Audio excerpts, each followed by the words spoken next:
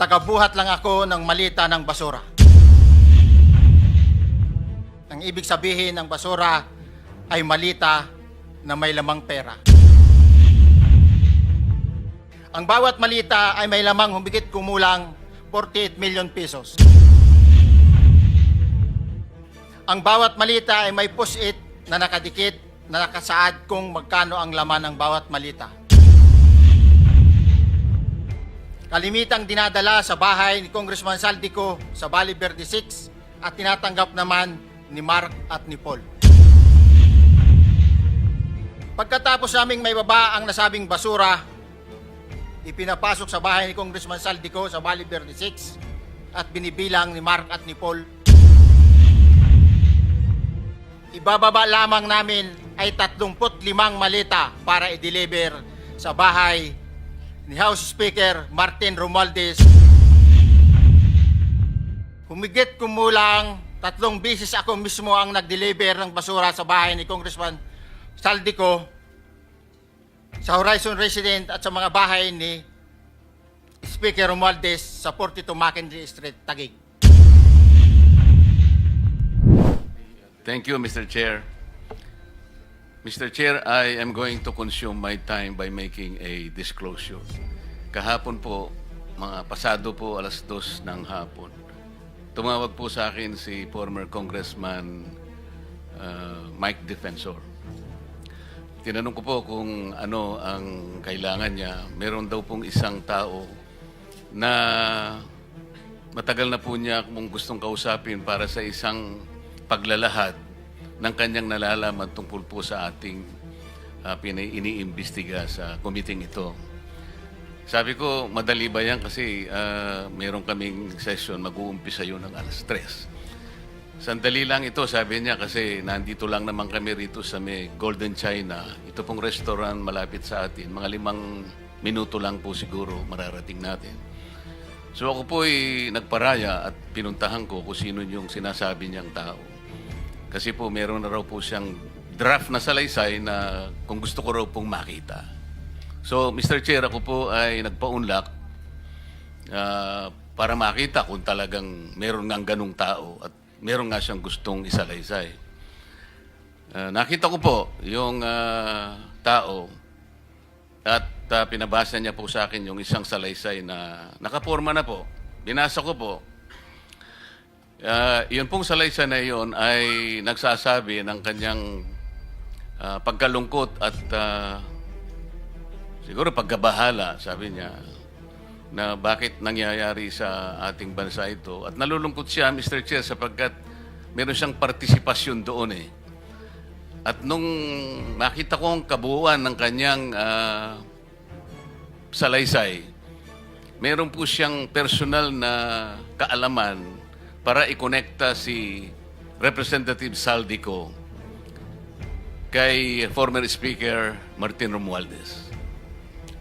Sabi ko, hindi ako pwedeng magtagal, nabasa ko na ito, hahabol ako sa aming sesyon 3:00. Pero kung talagang ikaw ay voluntaryo mong gustong gawin yan, sang-ayon sa iyong nilalahad dito, di sige, i-finalize mo yan at gusto ko, ipanotaryo mo sapagkat hindi po pwedeng hindi notaryado yan. At kung buo ang loob mo at talagang yan ay matagal mo nang iniisip, pumunta ka ako bukas ng umaga sapagkat meron kaming pagdinig. Mr. Chair, nandito po yung tao at hawak ko po yung ilang piraso ng kanyang sinumpaang salaysay. Kung po pwede po sana natin siyang tawagin ngayon para ngayon siya po ang mismo maglahad ng kanyang salaysay sa ating gitna. Okay, you may call him. Mr. Chair, I'm calling Mr. Orly Regala Gutesa para po humarap sa atin. Mr. Gutesa, kayo po ay umupo dito sa may gitna. Pakibigyan mo ng copy si Mr. Chair. Bigyan mo si Chair. Mr. President. Bigyan mo si Mr. President.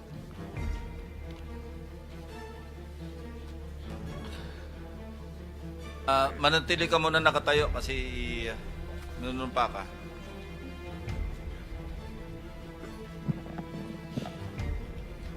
Okay, raise your right hand. Yeah.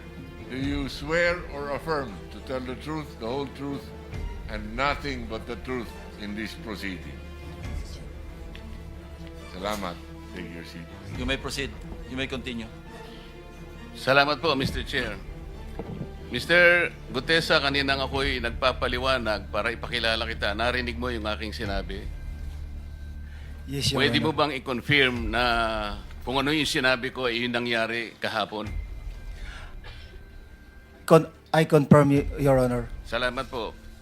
At ngayon po ay hawak ko nga ang inyong sinumpaang salaysay na nung draft ito ay binasa ko. Ganun din nga po at wala namang pagbabago. At gusto ko lamang pong sabihin ninyo na mayroong pirma sa ibabaw ng pangalang Orly Regala Gutesa. Kayo po ba ang nagpirma nito? I confirm, Your Honor.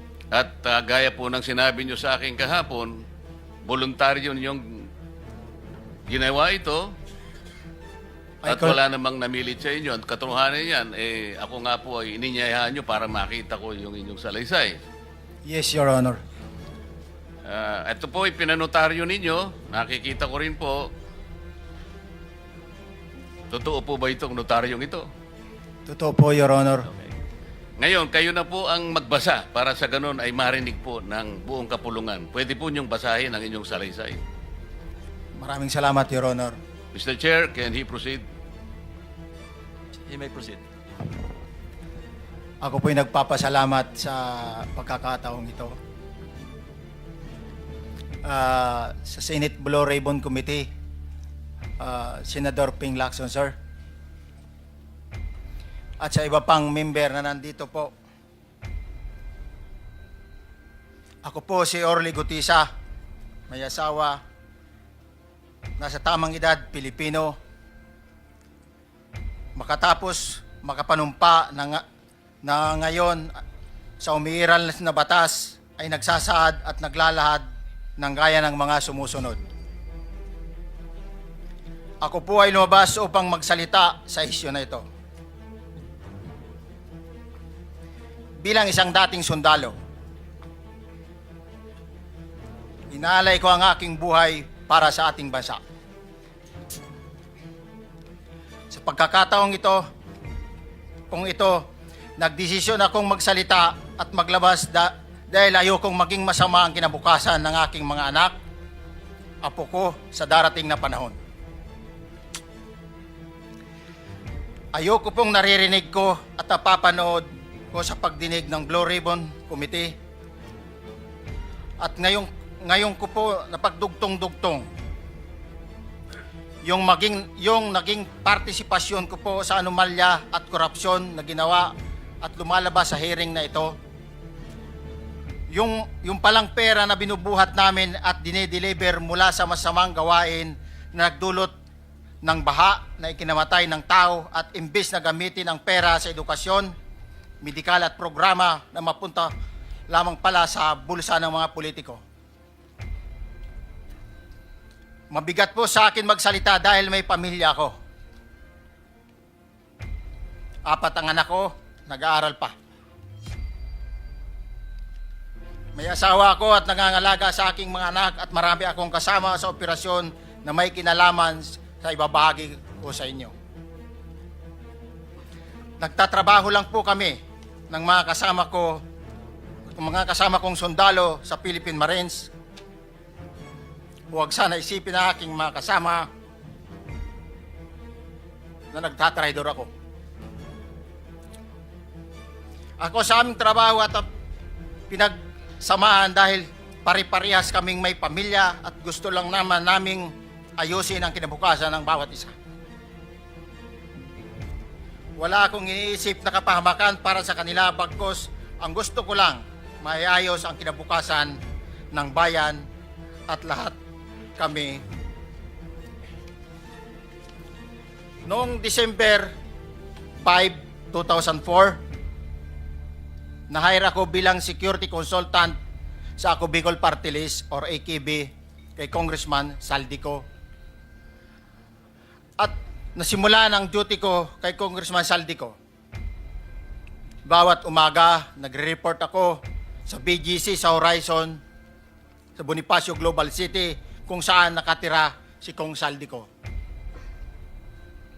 Tuwing may duty at detailed ako sa basura, it means itong basura, ito yung box ng pera na pinag-uusapan natin sa kasalukuyan. Mr. Gutesa, mag-stick ka lang sa binabasa mo. Huwag ka nang nag-a-adlib. Kung ano yung nandito, basahin mo lang. Yes, Your Honor. Tuwing may duty detail ako sa basura, pumupunta kami sa 28 Ladybug Corner, Dragonfly, Valle Verde 6, Pasig City. Tagabuhat lang ako ng malita ng basura. Ang ibig sabihin ng basura ay malita na may lamang pera. Ang bawat malita ay may lamang humigit kumulang 48 million pesos.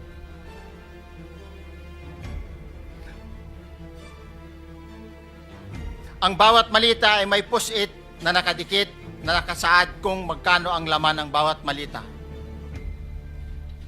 Tuwing may duty detail sa basura, may pumupunta na tao na magde-deliver ng basura at nire-receive ni John Paul Estrada at Mark Tiksay. Ang mga executive assistant ni Congressman Saldico at sila ang mga detailed sa mga ganyang activities. Ang mga nangyayari kapag duty kami sa basura, kalimitang dinadala sa bahay ni Congressman Saldico sa Valle Verde 6 at tinatanggap naman ni Mark at ni Paul. Pagkatapos naming may baba ang nasabing basura, ipinapasok sa bahay ni Congressman Saldico sa Valle Verde 6 at binibilang ni Mark at ni Paul. Alam ko na ang laman ng malita ay pera sapagkat nakita ko si Paul na binuksan ang malita at inilabas ang laman para bilangin. Ang isang ehemplo na nagdala ng pera ay si Congressman Eric Yap ng AXIS Party List. 46 na malita ang dala niya sa bahay ni Congressman Saldico sa Valle Verde 6. Pagkatapos mabilang, isinakay namin sa mga sakyang patungo sa Horizon Residence sa Taguig at dumiretso kami sa basement upang may baba ang nasabing basura.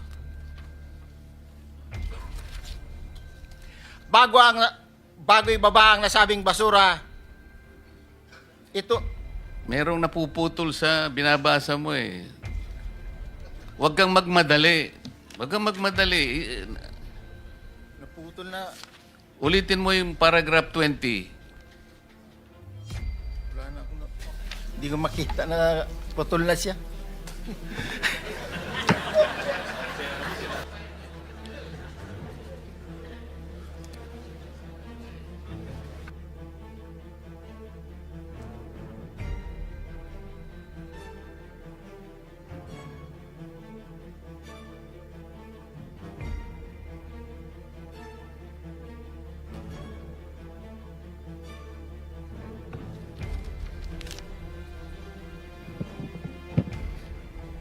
Pagkatapos, mabilang ang sinasakay namin sa mga sakyang patungo sa Horizon Residence, Taguig. Pagdating sa Horizon Residence, dumidiretso kami sa basement upang maibaba ang nasabing basura at dalhin sa unit ni Congressman Saldico sa 56th floor sa nasabing lugar kung saan siya nakatira. Bago ibaba ang nasabing basura, ito ay bawas na. Halimbawa, nag-akyat kami ng 46 na malita. Ibababa lamang namin ay 35 malita para i-deliver sa bahay ni House Speaker Martin Romualdez sa 42 McKinley Street, Taguig. Ang labing isang malita ay naiwan sa taas ng 56th floor sa Horizon Residence. Humigit kumulang 3 beses ako mismo ang nag-deliver ng basura sa bahay ni Congressman Saldico sa Horizon Residence at sa mga bahay ni Speaker Romualdez sa 42 McKinley Street, Taguig. mas maraming pagkakataon na nagde-deliver kami ng basura sa bahay ni Speaker Romualdez at sa bahay ni Congressman Saldico dahil iba-iba kaming mga nakadetailed na close-in, backup at advance party na nagkakaroon ng rotation. Sa huli, ako po ay nagnanais na mapasailalim sa Witness Protection Program dahil alam ko po nanganganib ang buhay ko at ang aking pamilya sa ginawa kong paglalahad na ito. Sa katotohanan na ang lahat ay nilagdaan ko, ang salaysay na ito ay kusang loob at walang anumang pamimilit at bunsod lamang ng hangarin matulungan ang ating bansa. Ito po ay nilagdaan ko, Your Honor. Thank you, Orly. Before you proceed, meron lang ako ipapakitang litrato sa iyo. No? I-confirm mo, kasama na rin si Bryce, kung yan ba si Paul na binabanggit mo. I confirm, Your Honor. Yun nga po, Your Honor. Siya po. Okay, so, yeah, for the record, andito po yung litrato nung binabanggit na si Paul. Pulyado nito.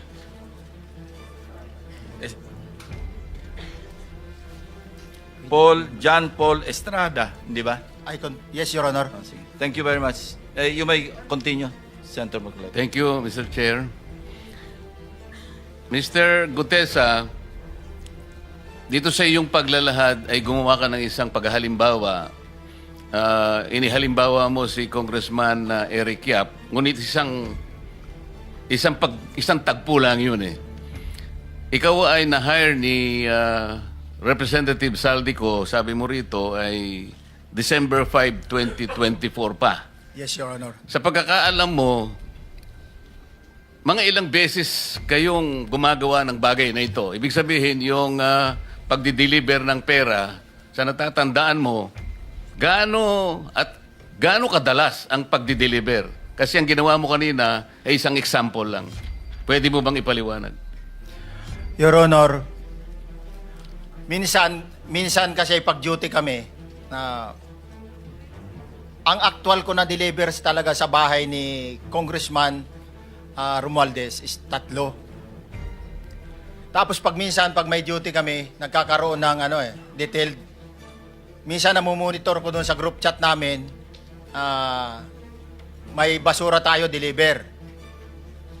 Minsan namumonitor ko siya is 3 times a week ang delivery doon sa Forbes, sa bahay ni Kung Romualdez.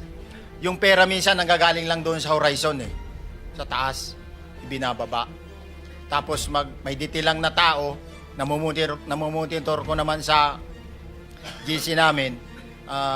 Kaya nalalaman ko yung movement ng tropa, kung ano yung sinasabing basura ng delivery. Your So Honor. yung delivery o yung movement ng tropa nagaganap average 3 times a week. 3 times a week, Your Honor. Nagsimula noong December 2024. Yes, Your Honor. Hanggang ngayon ba ay naglilingkod ka pa kay Representative Saldico?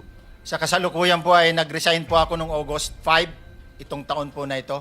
So, maliwanag ba ang ibig mong sabihin para sa kapulungan ito ay nag-a-average ng 3 beses sa loob ng isang linggo ang pagdi-deliver ng pera kay Representative Saldico at tuloy-tuloy naman doon sa bahay ni former Speaker Martin Romualdez sa ganong rate, ganong beses, 3 beses sa loob ng isang linggo. Yes, Your Honor. Magmula December 2024 hanggang ikaw ay mag-resign noong August 2025, this year.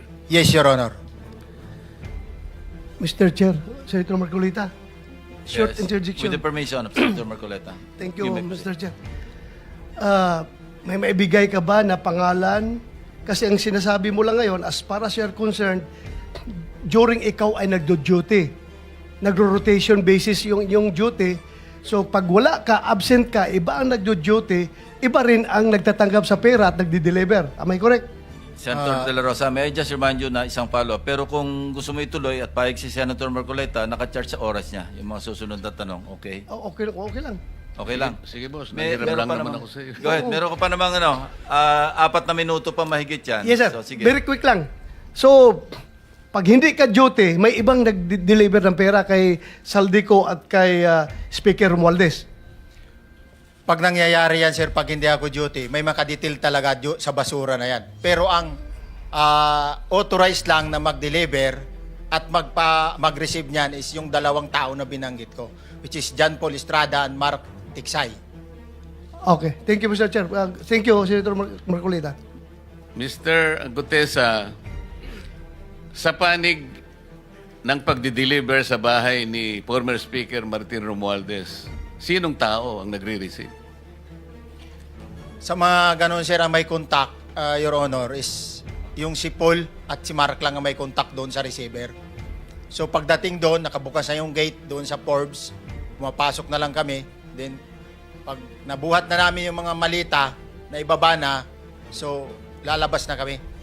Wala na kaming basta may deliver lang namin yung mga basura doon sa bahay, wala na kaming noon, Your Honor.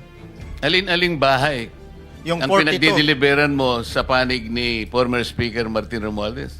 Yes, Your Honor, yung 42, yung dito sa may Forbes Park. Yun lang? Wala nang iba? Mayroon pa yung bago nakaraan doon sa 19 Nara, yung dating bahay ni Michael Yang. Sa pagkakatanda mo, mayroon pang ibang lugar na kung saan nagdi-deliver kayo? Sa Aguado, dyan sa Malacanang. Aguado? Excuse me, Senator Marcoleta. Sino Michael Yang? Yung dating sa Pugo yata yon, Sa? yung dating sa Pugo. Yung Michael Yang. dating bahay ni Michael Yang. Dating bahay. Yes, Your Honor. Okay, thank you. Ibig mo sabihin, nabili ni Speaker Martin yung bahay ni Michael Yan? Allegedly, Your Honor. Pero paano mo alam na bahay ni Speaker yon? Kasi doon na nagde-deliver yung tropa nung hindi na nagde-deliver doon sa 42, Your Honor. Ngayon, sinasabi mo meron kayong chat. Nagagamit mo yung chat para ma-monitor mo yung rate ng delivery at kung sino-sino yung nagdi-deliver? During the time nung nandoon pa ako, Your Honor. Mr. Chair, salamat po at baka meron po pong Thank you. gustong Yeah, itanong ating may mga kasama. papakita pa ako isang litrato pa, no? Identify mo lang siya. Sino yan? Mark Tiksay, Your Honor. Meron pa ba nakakakilala sa kanya bukod sa'yo? Dito? Wala. Nabanggit kasi ni Engineer Alcantara rin dito eh. Sa salaysay mo noong September 23, sinasabi mo, hindi ko po siya na-meet during pagdadala. Ang tao niya po ay may alias lang na Paul at Mark. Na-meet mo ito si Mark, Engineer? Sa Valle Verde po, once lang po. So, kinukonfirm na si Mark Tiksay ito. Mark po and Paul, karaniwan po naman. Okay, thank you. Thank you, Senator Marcoleta.